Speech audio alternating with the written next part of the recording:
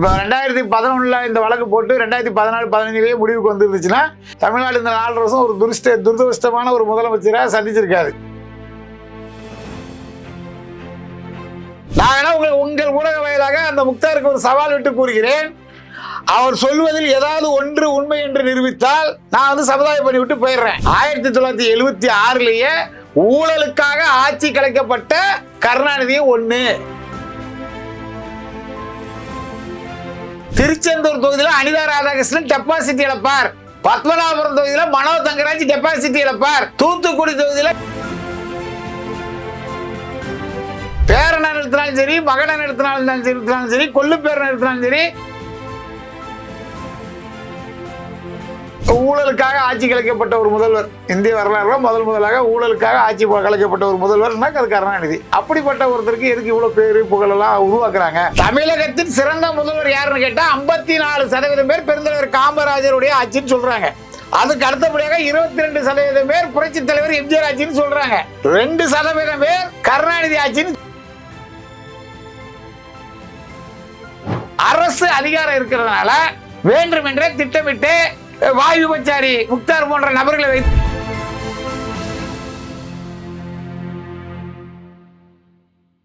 Spectrum Tamil நேயர்களுக்கு வணக்கம். நம்மோடு அரசியல் விமர்சகர் முத்து ரமேஷ் நாடார் இருக்கிறார். பேசலாம் சார். வணக்கம். வணக்கம் சார். முதலமைச்சர் மு.க. ஸ்டாலின் இந்த முதலமைச்சராக இருக்குறதுக்கு முன்னாடி கொளத்தூர் தொகுதியில முன்பு சைதை துரைசாமி அவரை வெற்றி பெற்றது செல்லாதுன்னு எதிர்த்து ஒரு கேஸ் போட்டிருக்காரு. அது இயரிங் வருது. ஒருவேளை அந்த தீர்ப்பு ஏதேனும் பாதிப்பை ஏற்படுத்தக்கூடியதாகவோ பாதகமாகவோ இருந்தால் என்ன நடக்கும் அடுத்து? அதான் என்ன நடக்கும்? இப்போ இதே போன்ற ஒரு தீர்ப்பு பாரத பிரதமராக இருந்த அம்மையார் இந்திரா காந்தி அவர்களுக்கு இதே தேர்தல் அவங்க பதவியை அவங்க முறைகேடு பண்ணி எம்பி ஆயிருக்காங்கன்னு சொல்லி அவங்களோட எம்பி பதவியை ரத்து பண்ணாங்க. அதுக்கு பிறகுதான் எமர்ஜென்சி கொண்டு வரப்பட்டுச்சு. அப்போ அவங்க தேர்தல் அதுக்கு அடுத்த கட்டம் நிற்க முடியாது அப்படிங்கிற மாதிரி ஒரு சூழல் உருவாகும். இதுதான் ஏற்கனவே உள்ள நிகழ்வுகளை வச்சு நம்ம தெரிஞ்சுக்கிற விஷயம். அப்போ அந்த அடிப்படையில் பார்க்கும்போது தேர்தலில் எம்எல்ஏ தேர்தலில் எந்த தொகுதியிலும் போட்டி போட முடியாது நம்மளுடைய முதல்வர் மு.க. ஸ்டாலின் அவர்களால். முதலமைச்சராக முடியாது, அவ்வளவுதான். மற்றபடிக்கு அவங்க கட்சி தலைவராக இருப்பாரு. செல்லாதுன்னு போறாங்கன்னு வச்சுங்களேன் கோர்ட்ல. இதுல வழக்கமா என்ன இருக்கும் அப்படின்னா வாக்கு பதிவு, வாக்கு எண்ணிக்கை அப்படிங்கறதுல ஒரு சந்தேகத்தை எழுப்புவாங்க. வேற பல குற்றச்சாட்டுகள் இருக்கும். ஆனா இந்த வழக்குல வாக்கு பதிவு, வாக்கு எண்ணிக்கை அப்படிங்கறதெல்லாம் போல தேர்தலுக்கு செலவு பண்ணினதை தேர்தல் ஆணையம் நிர்ணயித்த தொகையை விட அதிகமா இருக்குன்னு இது கம்ப்ளீட் கான்கிரீட் எவிடன்ஸ் இருக்கும். அதனாலதான் சைதை துரைசாமி போயிருக்காரு. ஹைகோர்ட்ல ஓரளவுக்கு தீர்ப்பு வேற மாதிரி கிடைச்சாலும் சுப்ரீம் கோர்ட்டு போயிருக்காங்க. சுப்ரீம் கோர்ட்டுங்கிறப்போ தமிழக அரசு, முதலமைச்சர், தன்னுடைய அட்வொகேட் டீம் அப்படிங்கறதெல்லாம் அங்க செல்லுபடி ஆகாது. உள்ளபடியே என்ன இருக்கோ, என்ன எவிடன்ஸோ அவங்களே சொல்றது போல, திருப்பரங்குன்ற இஷ்யூல சொல்றது போல சட்டத்தின் ஆட்சியின்படி அப்படின்ற மாதிரி கிடைக்கும். அந்த மாதிரி சாட்சி ஆதாரங்கள் ஏதாவது சாதகமா பாதகமா இருக்கா? யாருக்கு சாதகமா இருக்கு? இல்ல, அதாவது சைதை துரைசாமி அவர்கள் அரசியல்வாதிங்கிறத தாண்டி தமிழ்நாட்டில் இந்தியாவில் அதிக ஐபிஎஸ்கள் ஐஏஎஸ்களை உருவாக்கின ஒரு மனிதர். அவர் இவ்வளவு கான்பிடென்டா உயர்நீதிமன்றம் தீர்ப்பு கொடுத்ததுக்கு அப்புறம் கூட அதை எதிர்த்து அப்பீலுக்கு போறாரு அப்படின்னா அவர்கிட்ட ஆதாரம் இல்லாமல் போக மாட்டார். ஏன்னா ஒரு முதலமைச்சர் எதிர்க்கணும் போட்டு பார்க்கலாமே அப்படிங்கிற அவசியம் அவருக்கு இல்லை. இப்ப வேற ஒருத்தர் ஒரு விளம்பரத்துக்காக பண்றாரு அப்படிங்கிறத தாண்டி இவரை போன்ற ஆட்கள், ஏற்கனவே ஒரு மேயரா இருந்தவர், முன்னாள் முதல்வர் எம்ஜிஆர் நம்பிக்கைக்கு பாத்திரமானவர். ரெண்டாவது அவருடைய லைன் வேற. அவர் ஒரு அறக்கட்டளை வச்சு எல்லா மக்களுக்கும் நல்லது செய்யணும் கூடி நினைக்கிறவரு. அவர் ஏற்கனவே ஹைகோர்ட்லேயே தீர்ப்பு நமக்கு பாதகமாக வந்துருச்சு, அப்புறம் எதுக்கு நம்ம போய்கிட்டு அப்படிங்கன்னா அவங்க நினைப்பாங்க. ஆனால் தங்களுக்கு நீதி கிடைக்கவில்லை, தவறுகள் செய்யப்பட்டிருக்கிறது, தவறு செய்யப்பட்டிருக்கிறது 100% உண்மை. அப்படி இருந்தும் நம்ம கிட்ட இவ்வளவு ஆதாரங்கள் இருந்தும் ஹைகோர்ட்ல ஆளுங்கட்சியுடைய அந்த அதிகாரத்தின் காரணமாக ஒரு பொய்யை உண்மையினா நீதிபதிகள் தீர்ப்பு கொடுத்துருக்குறாங்க. அப்போ அவர் செஞ்ச தப்ப நம்ம சுப்ரீம் கோர்ட்டு போயாச்சும் நிரூபிக்கணும் அப்படிங்கிற அடிப்படையில் அவர் முன்னெடுத்திருக்கிறார். அப்போ நீங்க சொன்ன மாதிரி சுப்ரீம் கோர்ட்ல முதல்வர் ஸ்டாலின் அவர்களுக்கு எதிரான தீர்ப்பு வரதுக்கு தான் வாய்ப்புகள் அதிகம். ஏன்னா வழக்கு போடுறவர் ஒரு கான்பிடென்டா 100% எவிடன்ஸ் இல்லாமல் போட்டிருக்க வாய்ப்பே இல்லை.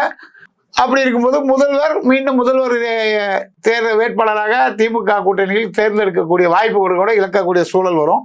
இதுதான் அந்த வழக்கு போட்டு கிட்டத்தட்ட 10 வருடங்களுக்கு மேல ஆகுது. 11 இல்லைங்களா? இப்போ கிட்டத்தட்ட 14 வருஷம் ஆகி போச்சு. இப்போ ஒருவேளை தீர்ப்பே கொடுக்கப்பட்டாலுமே கூட இது இவ்வளவு தாமதமா வந்தது அப்படிங்கறத எடுத்துக்கிறதா, இல்ல ரெண்டாவது அதை கொடுக்கப்படக்கூடிய தீர்ப்பு அப்படிங்கிறது என்ன மாதிரியான தீர்ப்பா இருக்கும்? இப்போ 2 வருடங்கள் அப்படின்னா அதுக்கு ஒரு மாதிரி அரசியல் தேர்தல் களத்துலன்றவா இருக்கும். 2 வருடங்களுக்கு மேல அப்படின்னா அது ஒரு மாதிரியான தடையை ஏற்படுத்தும். சோ இதெல்லாம் யோசிச்சு பார்த்தோம்னா வருகிற 2026 திமுக தலைவர் மு க ஸ்டாலின் போட்டியிடுவாரா அப்படின்ற கேள்வியை வைக்கலாமா? இல்ல, அந்த தீர்ப்பு பாதகமா வந்தால் நிச்சயம் போட்டியிட முடியாது. ஏன்னு கேட்டீங்கன்னா, தேர்தல் கமிஷன் நிர்ணயித்த தொகையோட பல மடங்கு அதிகமா இவங்க செலவு பண்ணியிருக்கிறாங்க, அதிகார துஷ்பிரயோகம் பண்ணியிருக்கிறாங்க. இதெல்லாமே பாத்தீங்கன்னா உங்களுக்கு மிகப்பெரிய வழக்கு தானே. ரெண்டாவது, ஒரு இன்னைக்கு முதல்வராக இருக்கக்கூடியவர் அன்றைக்கு திமுகவுடைய பொருளாளராக இருந்தவர், ஏற்கனவே ஒரு பல்வேறு பொறுப்புகளை இருந்தவர், துணை முதலமைச்சராக இருந்தவர், இந்த மாதிரி நிறைய பொறுப்புகளை வைத்தவரே இப்படி ஒரு தப்பு பண்ணியிருக்கிறாரு. இப்போ புதுசா ஒருத்தர் அரசியலுக்கு வராரு, அவருக்கு அரசியலை பத்தி எதுவும் தெரியாது, ஆர்வ கோளாறுல அவர்கிட்ட இருக்கிற பணத்தை வச்சு ஏதாவது செலவு பண்ணிட்டாரு அப்படின்னா அது ஓரளவுக்கு நியாயம். இவர் ஒரு உண்மையாலுமே ஒரு பழைய அரசியல்வாதி, ஒரு மூத்த அரசியல்வாதியுடைய மகன். அப்படி இருக்கும்போது அவர் தேர்தலில் போட்டியிருக்கிற வாய்ப்புகள் நிச்சயம் இருக்காது, இருக்கக்கூடிய அளவிற்கு தீர்ப்பு இருக்காது. ஓரளவுக்கு இதை உணர்ந்ததுனாலதான் துணை முதலமைச்சரை கிட்டத்தட்ட ஒரு கொஞ்சம் முன்னாடியே தான் முதலமைச்சர் ஆனதுல இருந்தே முன்னிறுத்தி கொண்டு கடைசியில இப்போ எனக்கு தெரிஞ்சு 4 மாதங்கள்ல கூட கடைசி 2 மாதங்கள் முதலமைச்சராக உதயநிதி ஸ்டாலின் தொடர்வார் அப்படின்ற மாதிரியான கருத்துக்கள்லாம் அங்கங்க ஊழல் செய்தியா வருது. கரெக்ட் தான். அது வயது முதிய வயது இதுவும் காரணமா இருக்கலாம், அவங்களுக்கு தெரியும். இப்போ ஒருத்தர் தப்பு பண்ணியிருக்காருன்னா இந்த தப்பு நம்ம பண்ணியிருக்கோம், இந்த வழக்கு இந்த கோர்ட்ல இருக்குது, நம்ம மாற்றத்துக்கான சூழல் இருக்குது அப்படிங்கிற அடிப்படையில் செயல்படுறது ஒண்ணு. ரெண்டாவது, உடல்நிலை ஒத்துக்கொள்ளாமல் வயது யோகம் காரணமாக சரி நமக்கு அப்புறம் நம்ம மகனுக்கு விட்டு கொடுக்கலாங்கிற எண்ணம் கூட இருக்கலாம். இப்போ மூத்த அமைச்சர்கள்லாம் இன்னைக்கு உதயநிதி அவர்களுக்கு ஜாலர் அடிக்கிறதுனா எதுக்காக அடிக்காங்க? அடுத்தது அவர் தான் முதல்வர் காலில் விழுறாங்க, சுயமரியாதை என்னன்றது எல்லாருக்கும் பட்டவர்த்தனமா வெளிச்சு போட்டு காட்டுறாங்க. கரெக்ட். இப்ப நீங்க நீதியை பத்தி சொன்னீங்க, அதாவது தாமதமான நீதியும் ஒரு அநீதி தான். இப்ப 2011 இந்த வழக்கு போட்டு 2014-15 முடிவுக்கு வந்துருந்துச்சுன்னா தமிழ்நாடு இந்த 4.5 வருஷம் தமிழ்நாடு இந்த 4.5 வருஷம் ஒரு துரதிருஷ்டமான ஒரு முதலமைச்சரை சந்திச்சிருக்காரு. அவர் முதலமைச்சராக இருக்கிற சூழலே இருந்திருக்காது. இவர்கள் தாமதப்படுத்தக்கூடிய நீதி என்பது ஒரு அநீதி. இருந்தாலும் தாமதமாக கிடைத்தாலும் நீதியை நிலைநாட்டினார்கள் அப்படிங்கிற மகிழ்ச்சி தமிழக மக்களுக்கு மட்டுமில்ல ஒட்டுமொத்த இந்திய மக்களுக்குமே அது ஒரு மிகப்பெரிய மகிழ்ச்சியாக இருக்கும். அப்படிங்கிறத ஒரு கேஸ் இருக்குது, நடக்குது, இது இந்த அளவுக்கு ஆபத்தை ஏற்படுத்தும், தீர்ப்பு வந்தா இந்த அளவுக்கு பிரளயம் ஆகுங்கிறதே பல பேருக்கு தெரியாமையே ஊடகங்கள் அப்படியே வச்சிருக்குதுங்க. இது ஒண்ணு. ரெண்டாவது என்னன்னா, காமராசர் பற்றிய பேசிய ஊடகவியலாளர் கருணாநிதி தான் தமிழகத்தினுடைய ஒட்டுமொத்த கட்டமைப்பு, அவர் ஏற்படுத்திய துறைகள் தான் இன்னைக்கு இருக்குது, வேற எதுவுமே வரலாறே கிடையாது. அதுக்கு முன்னாடி தமிழ்நாடு பூமிக்கு அடியில கடல்ல ஒரு 2 லட்சம் கிலோமீட்டர் ஆழத்துல கடந்தது. கருணாநிதி தான் நரசிம்மர் போல அந்த கூர்ம அவதாரத்தை எடுத்து மேல கொண்டு வச்சாருன்ற மாதிரி வரலாறு செட் பண்றாங்க. எல்லாமே கருணாநிதி தான் செஞ்சாங்க. அவரை விமர்சிச்சு இருக்கக்கூடிய புகைப்படங்கள், வரலாறுகள், பேசக்கூடியவங்க எல்லாமே மறைக்கப்படுது, நீக்கப்படுது, அழிக்கப்படுது. இப்போ அதாவது காமராசர்னா மங்கா புகழோடு இருக்கக்கூடியவர், எளிமையினுடைய சொந்தக்காரர். காங்கிரஸ் அப்படிங்கிறத தாண்டி ஒட்டுமொத்த மக்களுக்கான இதா பார்க்க போறாரு. கல்வி கண் திறந்த அப்படின்ற மாதிரிலாம் இந்த எல்லாம் ஒழிக்கணும்னு சொல்லி ஒரு சின்ன முயற்சியாக எடுக்கிறாங்களா? அதாவது முயற்சிகள் இவர்கள் தொடர்ந்து எடுத்துக்கிட்டு தான் இருக்காங்க. திமுகவை சார்ந்தவர்களும் தொடர்ந்து இதற்கான முயற்சிகளை பல முறை எடுத்து படுதோல்வியை சந்தித்தவர்கள். காமராஜர் எப்படி ஒரு இன்னைக்கு தமிழ்நாட்டு அரசியல்ல ஒரு தமிழர், இந்திய அளவில் புகழ்பெற்ற ஒரு மிகப்பெரிய தலைவர்னா அது காமராஜர், அது எல்லாத்துக்கும் தெரியும். ஒரு தூய்மையான நேர்மையான ஆட்சிக்கு சொந்தக்காரர். இப்ப தூய்மையான நேர்மையான ஆட்சிக்கு சொந்தக்காரனாவே அவங்களுக்கு பயமாயிடுது, அவங்களுக்கு நெஞ்சுவலி வந்துருது. இப்போ வரலாறு படிக்கக்கூடிய மாணவர்களா இருக்கட்டும், இளைய தலைமுறையா இருக்கட்டும், பெண்களா இருக்கட்டும், யாராக இருந்தாலும் தூய்மையான நேர்மையான ஆட்சிக்கு எடுத்துக்காட்ட பெருந்தலைவர் காமராஜர்னு சொல்லும் போது இப்ப ரோட்டுக்கு கருணாநிதி பேர் வைக்கிறதும் இந்த மாதிரி தாண்டி வேற தலைவர்களே இல்லையா தானாவே இது பண்றாங்க இல்லையா? அப்போ பொதுமக்களுடைய கேள்வி என்னவா இருக்கும்? ஒரு நேர்மையான தூய்மையான முதல்வர் காமராஜர் பேரை இது யூஸ் பண்ணாம பயன்படுத்தாம கருணாநிதி டாஸ்மார்க் வியாபாரம் பண்ணி ஊழலுக்காக ஆட்சி கலைக்கப்பட்ட ஒரு முதல்வர், இந்திய வரலாறுல முதலாக ஊழலுக்காக ஆட்சி கலைக்கப்பட்ட ஒரு முதல்வர்னா அது கருணாநிதி. அப்படிப்பட்ட ஒருத்தருக்கு எதுக்கு இவ்வளவு பேரு புகழெல்லாம் உருவாக்குறாங்க?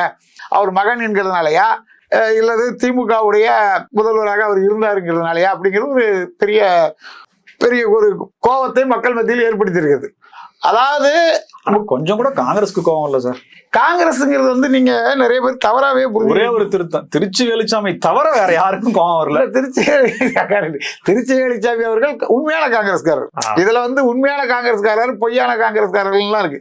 ஒண்ணு இல்ல, தமிழ்நாட்டுடைய காங்கிரஸ் கட்சி தலைவர் இன்னைக்கு இருக்கிறவர் யாரு, அவருடைய பின்னணி என்ன, அவர் இது வரைக்கும் எந்தெந்த கட்சிக்கெல்லாம் போயிட்டு வந்தவர், அவரு காங்கிரஸ் கட்சி தலைவரா வச்சிருக்கிறோம் அப்படின்னு சொல்லி இவங்க சொல்லல.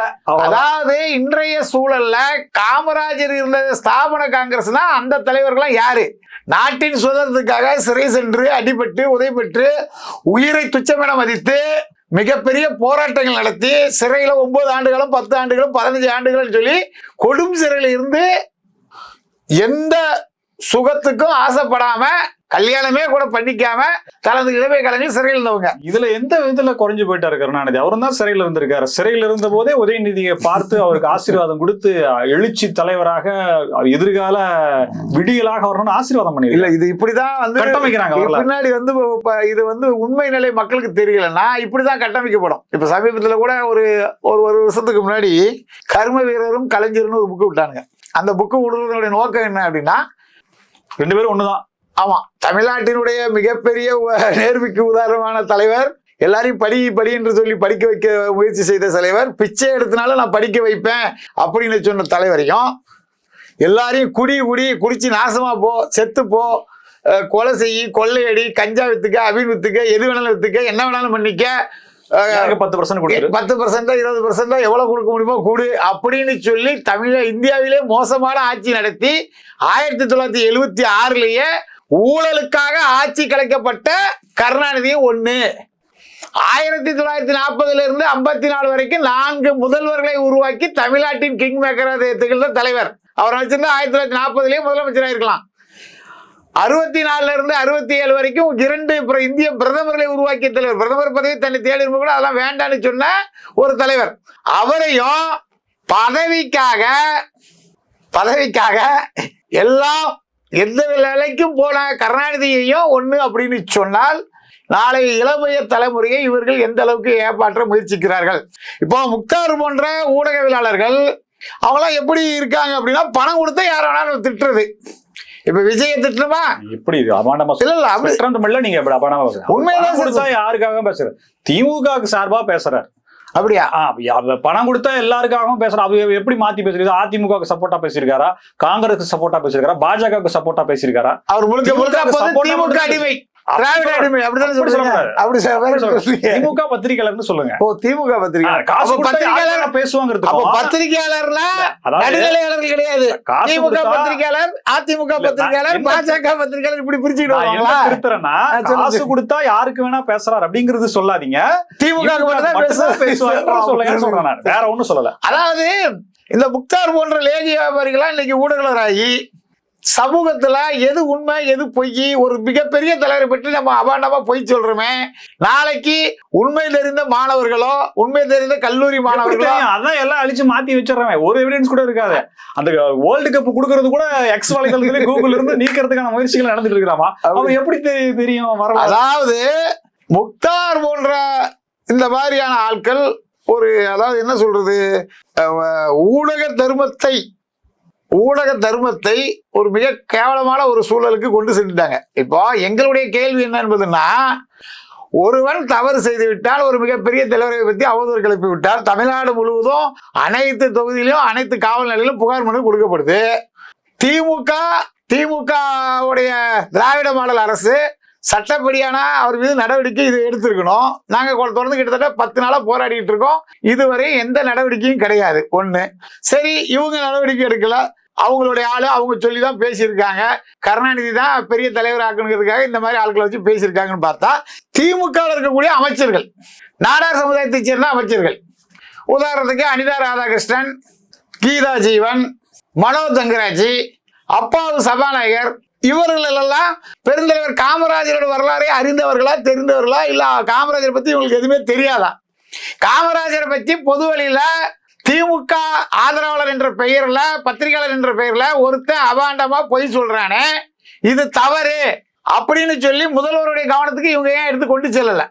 இவங்க கொண்டு செல்லாதோடைய நோக்கம் என்ன? இப்போ அப்ப முக்தார் சொல்றது இவனுங்களாம் உண்மைன்னு சொல்றானுங்களா? இப்ப நீங்க சொன்னவங்க எல்லாம் நாளைக்கு வந்து நிக்கும் போது இதே நாடார் சங்கமும் இதே நாடாரு அந்த குழுக்களும் சாதி அமைப்புகளும் ஆதரவு கொடுக்குறீங்கல்ல, அதுல எதுவுமே கேள்வி கேக்குறீங்களே. அப்ப வழக்கு இது தேர்தல்னு வரும்போது நீங்க அவரை நாடாரா தானே பாக்குறீங்க, திமுக காரனை பாக்குறது இல்லையா? இல்ல இப்ப பாருங்க, அதாவது பெருந்தலைவர் காமராஜருடைய தொண்டர்கள், நாடார் சமுதாயத்தை சேர்ந்த பணத்துக்கு விலை போகாத வாக்காளர்கள் அனைவரும் திமுகவை படுகொலை வேலை செய்யறமோ இல்லையோ தெரியாது, நாடார் சமுதாயத்தின் துரோகிகளாக பெருந்தலைவர் காமராஜருடைய புகழை கலங்கடிகளுக்கும் சமூக விரோதிகளுக்கு துணையாக இருக்கக்கூடிய இந்த 4 பேரையும் படுதோல்வியடைய செய்வார்கள். சொல்ல போனா திருச்செந்தூர் தொகுதியில அனிதா ராதாகிருஷ்ணன் டெபாசிட் இழப்பார், பத்மநாபபுரம் தொகுதியில மனோ தங்கராஜ் டெபாசிட் இழப்பார், தூத்துக்குடி தொகுதியில கீதா ஜீவன் டெபாசிட் இழப்பார், ராதாபுரம் தொகுதியில அப்பாவு சபாநாயகர் டெபாசிட் இழப்பார். இது நடக்குதா இல்லையா? உணர்வுள்ள நாடார் வாக்காளர்கள் இந்த தொகுதியில இருக்காங்களா இல்லையா அப்படிங்கிறத நீங்க வர தேர்தல் தெரிஞ்சுடுவீங்க. எல்லாரும் மகனை இழுத்து விடுறாங்க. இந்த 2026 தேர்தல் அவங்களுக்கு மகனை இழுத்து விடட்டும், பேரனை இழுத்து விடட்டும், கொள்ளு பேரனை இழுத்து விட்டோம், யாரை இழுத்து விட்டாலும் பெருந்தலைவர் காமராஜரை பற்றியும் நாடார் சமுதாயத்தை பற்றியும், அதுவும் அவன் என்ன சொல்றான், நாடார்கள் வந்து கலப்பட தொழில் பண்ணி தான் முன்னேறினாங்க, நாடார்கள் கள்ள நோட்டு அடிச்சுதான் முன்னேறினாங்க, உணவுப் பொருட்களை கலப்படம், ஆமா அதெல்லாம் செஞ்சு அதெல்லாம் வந்து காமராஜர் தான் செஞ்சாரு, செய்ய சொன்னாருங்கிற மாதிரி சொல்றான். அப்போ நாடார்கள் வரலாறு தெரியாத சட்டமன்ற உறுப்பினர் நாடார் சமுதாயத்துக்கு எதிர்க்கு, பெருந்தலைவர் காமராஜருடைய வரலாறு தெரியாத சட்டமன்ற உறுப்பினர்கள் நாடார் சமுதாயத்துக்கு எதிர்க்கு, நாடார்கள் 60% 70% இருக்க தொகுதியில இந்த மாதிரியான கூமுட்டை சட்டமன்ற உறுப்பினர்கள் எதற்கு? இதுதான் எங்களுடைய கேள்வி, சாமானிய மக்களுடைய கேள்வி, காமராஜர் தொண்டர்களுடைய கேள்வி, உண்மையான காங்கிரஸ்காரர்களுடைய கேள்வி. புரியுது உங்களுக்கு? அதனால பேரனை நிறுத்தினாலும் சரி, மகனை நிறுத்தினாலும் சரி, கொள்ளு பேரனை நிறுத்தினாலும் சரி, யாரை நிறுத்தினாலும் காமராஜரை பற்றியும் நாடார் சமுதாயத்தை பற்றியும் அவமரியாதையாக பொய்க்கதைகளை பேசிய முக்தாரை கைது செய்வதற்கு முதல்வரை சந்திச்சு ஒரு கருத்து கூட சொல்ல முடியாத இந்த மாதிரியான நபர்கள் நாடார் அரசியலில் நாடார் தொகுதியில் நிற்க தகுதியற்றவர்கள். அது ஏன் காமராஜரை நாடார்னு சுருக்குறீங்க? தேசிய தலைவருங்க அவரு. அவர் போய் உங்களுடைய சாதிய தலைவர் மாதிரி வச்சு பேசுறீங்க. அவர் பேசுனதுக்கு நாங்க தான் போராடணும், இவங்க எல்லாம் வாக்குக்கு நாளைக்கு கேட்டு வந்தாங்கன்னா இந்த அமைச்சர்கள் எல்லாம் தோத்து போவாங்க அப்படின்னு சொல்றீங்கன்னா இதுவே உங்க குறுகிய மனப்பான்மை கிடையாது. அதாவது பேசிக்கிட்டு தான் இருப்பாங்க. காமராஜர் வந்து நாடார் சமுதாயத்தில் பிறந்ததுனால நாங்க வந்து நிக்க வேண்டியது இருக்கு. ஒரு நேர்மையான தூய்மையான ஒரு மக்கள் தலைவர் வந்து எங்க சமுதாயத்தில் பிறந்ததுனால நாங்க அது பெருமை கொள்றோம். அவரை வந்து எங்க தாத்தாவா பாக்குறோம், எங்க குலசாமியா பாக்குறோம், தமிழர் குலசாமியா பாக்குறோம். அவர் வந்து நேர்மைக்கு தூய்மைக்கு எடுத்துக்காட்ட தமிழ்நாட்டில் ஆட்சி செஞ்சதுக்கு எத்தனை அரசியல் கட்சிகள் இதுக்கு வந்து எதிர்ப்பு தெரிவிச்சிருக்கு? நியாயப்படிக்கு யாரெல்லாம் இதற்கு எதிர்ப்பு தெரிவித்திருக்க வேண்டும்?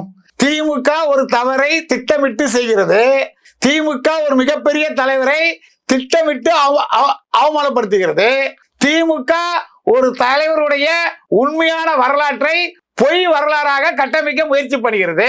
அப்ப அதை எதிர்த்து கேள்வி கேட்க வேண்டிய அரசியல் கட்சி தலைவர்கள் ஒரு கட்சிக்காரன் கூட இது வரைக்கும் வாய் திறக்கல. அவர் வந்து காமராஜரை பத்தி சொன்னது எதுவுமே உண்மை இல்லையா? 100% உண்மை கிடையாது. நான் வேணா உங்கள் ஊடக வாயிலாக அந்த முக்தாருக்கு ஒரு சவால் விட்டு கூறுகிறேன். அவர் சொல்வதில் ஏதாவது ஒன்று உண்மை என்று நிரூபித்தால் நான் வந்து சமுதாய பண்ணி விட்டு போயிடுறேன். நேரடி விவாதத்திற்கு ஸ்பெக்ட்ரம் தமிழுக்கே அவனை கூப்பிடுங்க, அவனும் அவனுக்கு ஆதாரத்தை எடுத்துட்டு வரட்டும், நானும் எனக்கு ஆதாரத்தை எடுத்துட்டு வரேன். யார் சொல்றது உண்மை என்று நேரடி விவாதத்துக்கு அவன் தயாரா? சரி, இது பேசுறதுனால திமுகவுக்கு என்ன லாபம்? திமுகவுக்கு என்ன லாபம்னா ஊழலின் தந்தை கருணாநிதிங்கிறத மாறி, ஊழலில் தந்தை கருணாநிதிங்கிறத மாற்றி அமைப்பதற்கான ஒரு முயற்சி. அதாவது 2 ஆண்டுகளுக்கு முன்பு ஒரு கருத்து கணிப்பு எடுக்கப்பட்டது. 2 ஆண்டுகளுக்கு முன்பு ஒரு கருத்து கணிப்பு. அதுல வந்து தமிழகத்தின் சிறந்த முதல்வர் யாருன்னு கேட்டா 54% பேர் பெருந்தலைவர் காமராஜருடைய ஆட்சின்னு சொல்றாங்க. அதுக்கு அடுத்தபடியாக 22% பேர் புரட்சி தலைவர் எம்ஜிஆர் ஆட்சின்னு சொல்றாங்க. 2% பேர் கருணாநிதி ஆட்சின்னு சொல்றாங்க. திமுக தொண்டர்களால் சொல்லப்பட்டதா? யாரோ சொல்லியிருக்காங்க. அப்ப அந்த 2% எங்க இருக்கு, 54% எங்க இருக்கு?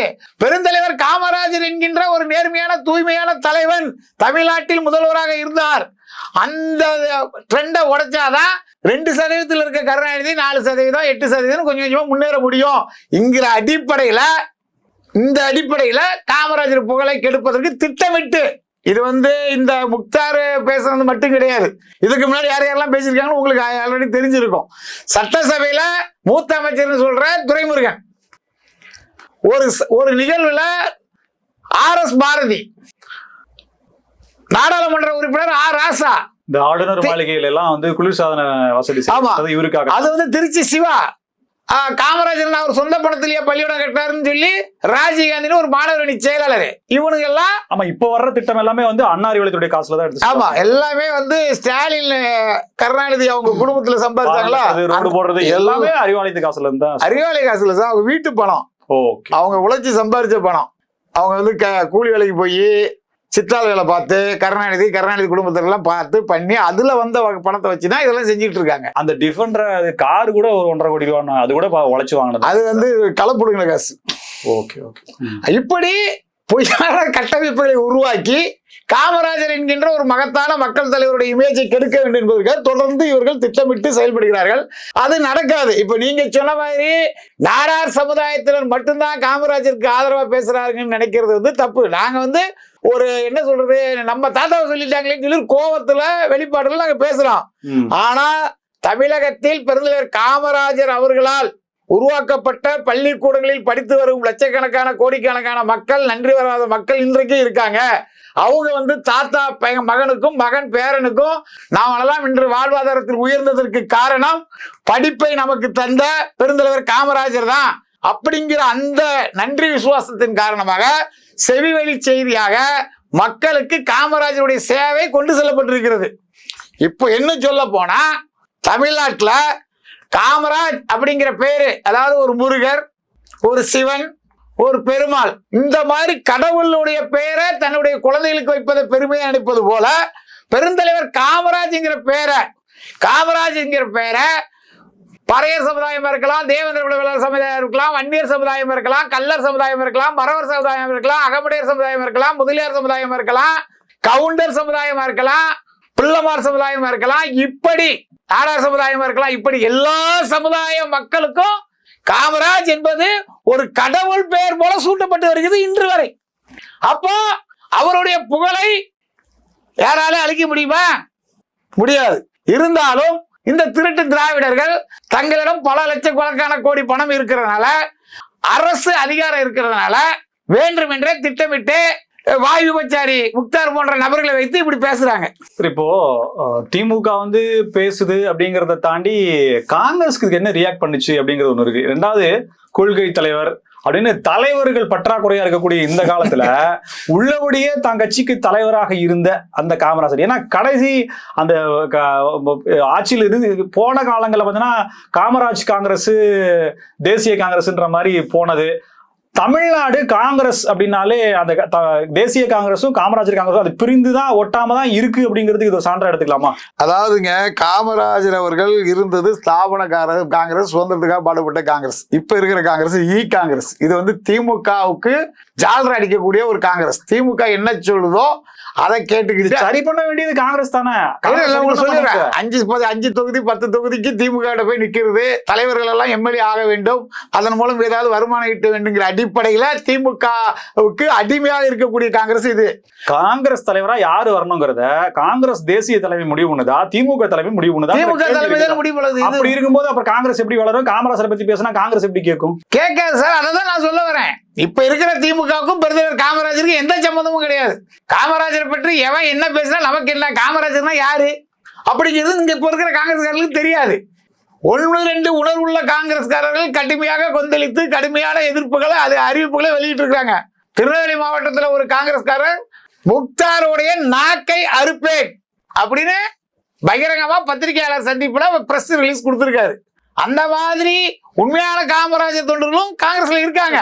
தானா தனிப்பட்ட முறையில எங்கேயோ ஏதோ ஆதாரங்கள் இருந்தது, தவறான புத்தகம் கூட யாரும் எழுதிருக்கலாம், அதுல இருந்து மேற்கோள் எடுத்து முக்தார் சொல்லியிருப்பாரோ? ஏன்னா அதாவது திமுக தலைமைக்கு தெரியாம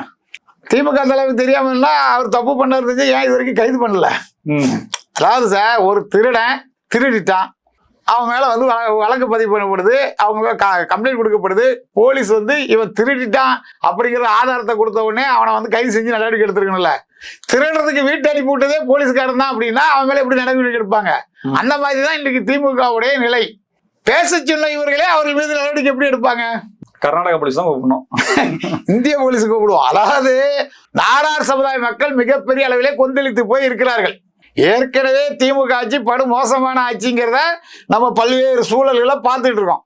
அந்த நேரத்தில் ஒரு குறிப்பிட்ட சமுதாயத்தை, குறிப்பா தமிழ்நாட்டில் 234 தொகுதியில் இருக்கக்கூடிய ஒரு சமுதாயத்தை, பல தொகுதிகளில் வெற்றி தோல்வியை தீர்மானிக்கக்கூடிய ஒரு சமுதாயத்தை இந்த அளவுக்கு கொச்சைப்படுத்துறதுக்கு இவர்களுக்கு தைரியம் என்றால், இவர்கள் எந்த அளவுக்கு ஒரு மோசமான மனநிலை இருப்பாங்கன்னு நம்ம புரிஞ்சுக்கணும். இதுல உணர்வுமிக்க நாடார்கள் ஒன்றிணைந்து பெருந்தலைவர் காமராஜரை பற்றி அவதூறாக பேசிய சமூக விரோதி முக்தாருக்கு துணை போகும் திமுகவுக்கு நாங்கள் வாக்களிக்க மாட்டோம், பெருந்தலைவர் காமராஜரை பற்றி தவறாக பேசிய சமூக விரோதி முக்தாருக்கு ஆதரவாக இருக்கக்கூடிய திமுகவுக்கு நாங்கள் வாக்களிக்க மாட்டோம், நாடார் சமுதாயத்தை பற்றி தவறாக பேசிய முக்தார் போன்றவர்களுக்கு துணை போகும் திமுகவுக்கு நாங்கள் வாக்களிக்க மாட்டோம் என்கிற ஒரு உறுதியான நிலைப்பாட்டை எடுத்து வருகின்ற தேர்தலில் சமூக விரோத கும்பல்களுக்கு தக்க பதிலடி கொடுத்தால் மட்டும்தான் நாளைக்கு பெருந்தலைவர் காமராஜரை பற்றி இந்த மாதிரி அவதூறுகளை கலப்பும் மனநோயாளிகள் திருந்துவார்கள். சார், இப்போ காமராஜர் வாழ்ந்த காலத்துல, கருணாநிதி இருந்த காலத்துல, முதலமைச்சராக கருணாநிதி அவர்கள் இருந்தபோது காமராஜருக்கு எந்த அளவுக்கு ஒரு மரியாதை பண்ணார்? பெருமையா, மரியாதையா? அதாவது சார், அதை எப்படின்னு கேட்டீங்கன்னா, ஒரு அரசியல், அதாவது காமராஜர் என்றவர் ஒரு அரசியல் கட்சி தலைவர், கருணாநிதிங்க ஒரு அரசியல் கட்சி தலைவர். அப்போ காமராஜர் ஒரு முதலமைச்சராக இருக்கும்போது பல்வேறு விமர்சனங்களை ஒரு எதிர்கட்சியாக அவர் வைத்திருக்கிறது இயல்பு தான், யாரா இருந்தாலும் அது வைக்கிறது தான். ஆனா அதற்கு பிறகு கருணாநிதி கூட இந்த மாதிரி மோசமான வேலையை செய்யல. கருணாநிதி பல இடங்களில் பெருந்தலைவர் காமராஜருடைய புகழை பாடி இருக்கிறாரு, காமராஜருக்கு பெருமை சேர்த்திருக்காரு. ஏன்னு கேட்டீங்கன்னா, எமர்ஜென்சி காலத்துல கைது பண்ணாம கூட காப்பாற்றிருக்காருல. அது கருணாநிதி கிடையாது. எமர்ஜென்சில காப்பாத்துறதுக்குலாம் அவருடைய ஆட்சியை காத்துறதுக்கு சார் வரலாறு நாங்களாம் அப்படிதான், ஜென்சி கிட்ஸ் எல்லாம் அப்படிதான் படிச்சிருக்கிறோம். அந்த வரலாறு உங்களுக்கு தெரியாதா? அதாவது எமர்ஜென்சி போடப்படுகிறது நம்மளுடைய ஆட்சியை கலைத்திருவாருங்கிற பயம் காரணமாக தலைவர் காமராஜரை சந்தித்து, நீங்கள் தலைவர் இந்த போராட்டத்தை எது எமர்ஜென்சி எடுத்து போராடுங்க, தலைமை இருங்க, நாங்களாம் உங்க பின்னாடி இருக்கோம் அப்படின்னு சொன்னார். தலைவர் காமராஜர், உனக்கு என்ன பிரச்சனை, உன் ஆட்சி கலைக்கூடாது, அவ்வளவுதானே, நான் இருக்கிற வரைக்கும் ஆட்சியை கலைக்க மாட்டாங்க, அதுக்கு நான் கேரண்டின்னு சொல்லி நீ வேலையை பாரு, பதவியெல்லாம் ராஜினாமா பண்ணான்னு சொல்லிட்டாங்க. காமராஜர் மறைஞ்சு 3ஆவது மாசம் திமுகவுடைய ஆட்சி கலைக்கப்பட்டது. திமுகவுடைய ஆட்சியை, கருணாநிதியுடைய ஆட்சியை காப்பாற்றியது காமராஜர். புரியுது உங்களுக்கு? எமர்ஜென்சில ஆட்சியை கலைக்காம இருந்து காப்பாற்றுறது காமராஜர், அவருடைய அரசியல் ஆளுமை. இந்திரா காந்தி காமராஜரை மீறி கருணாநிதி ஆட்சி எப்படி கலைக்க முடியுங்கிறதா அன்றைய வரலாறுல உள்ள ஒரு தகவல். இதெல்லாம் இந்த நன்றியை கூட இல்லாமல் காமராஜர் பெயரை கிடைக்க வேண்டும் என்பதற்காக இந்த மாதிரி முக்தார் போன்ற நபர்களை ஊக்கப்படுத்துவது திமுக சரியா? இவ்வளவு செஞ்சவரை மறுநாள் ஏன் இடம் தெரியல காமராஜருக்கு? காமராஜருக்கு மேடம் ஏன் தெரியலன்னு கேட்டீங்களா? அது அதான் நன்றி மறந்தவர்கள். அவர்களுக்கு என்ன அப்படின்னா, காமராஜர் இந்தியாவினுடைய மிகப்பெரிய அரசியல் ஆளுமைன்றது அவங்களுக்கு தெரியும். அண்ணா ஒரு வேலை கொடுத்துட்டா அங்க மட்டும் தான் கூட்டம் போவோம், எம்ஜிஆர் கூட்டம் போவோம், நம்மளுக்கு அப்படி கிடையாது. அன்னைக்கு அண்ணாவுடைய சமாதி மட்டும் தான் இருந்துச்சு. காமராஜருக்கு மெரினாவில் இடம் கொடுக்காது ஒரு நல்லதுதான். இந்த மாதிரி மோசமான பயிர்கள் இருக்கிற இடத்துல போய் காமராஜரை வச்சு அவரை கேவலப்படுத்தி, இப்ப இருக்கிற கிண்டி ஒரு காந்தி மண்டபத்துல அழகா காமராஜர் இருக்கிறாரு. ஒரு தேச பக்தருக்கு உரிய இடம் காமராஜர் தொண்டர்களுடைய விருப்பத்துக்கு இறங்க வைக்கப்பட்டிருக்குது. கருணாநிதி அன்னைக்கு அரசியல் காழ்ப்புணர்வு காரணமாக மெரினாவுக்கு இடம் கொடுக்காதுக்கு இன்னைக்கு வரைக்கும் நாங்க நன்றி சொல்லிட்டு இருக்கோம். நன்றி சொல்றீங்களா? ஆமா, அப்புறம் கருணாநிதி கூட எல்லாம் தலைவர் காமராஜர் சமாதி. ஆமா, அதுதான் வரலாறு உண்மையாயிருமே. அதுதான் அதை இறைவனர்களால காப்பாற்றப்பட்டுச்சு. மிக்க நன்றி சார். காமராஜர் புகழ் ஓங்குக, கருணாநிதியின் புகழும் சேர்ந்து ஓங்குக. அது உங்களை போன்றவர்கள் கைங்கரியத்தின் காரணமாக நடக்கட்டும். தகவல்களுக்கு நன்றி. வரலாறுல கட்டபொம்மன் படத்துல ஒரு வசனம் வரும், முருகா அமுதும் நஞ்சும் ஒரே இடத்துல தான் விளைகிறது, அதுபோலதான் கட்டபொம்மனும் எட்டபொம்மனும். புரிஞ்சுக்கிட்டீங்களா? அதே போல அமுதும் தமிழ்நாட்டில் முதலமைச்சராக இருந்திருக்குது. அடியன் சிறியன் பாக்குறவங்களுக்கு தெரியும் கட்டபொம்மன் யாரு, எட்டப்பன் யாரு அப்படின்றது. அமுதமும் இந்த தமிழ் மண்ணில் ஆட்சி பண்ணிருக்கு, விஷமும் இந்த தமிழ்நாட்டுக்குள்ள ஆட்சி பண்ணிருக்கு. விஷம் யாருங்கிறது மக்களுக்கு பண்ணிருக்குன்றீங்களா, பண்ணிட்டு இருக்குன்றீங்களா? பண்ணிக்கிட்டே இருக்கு. சரி, நன்றி. தகவலுக்கு நன்றி. மீண்டும் வேறொரு காணொலியில் சந்திப்பும் நேயர்களை. இணைந்திருங்கள் ஸ்பெக்ட்ரம் தமிழோடு. நன்றி நேயர்களே.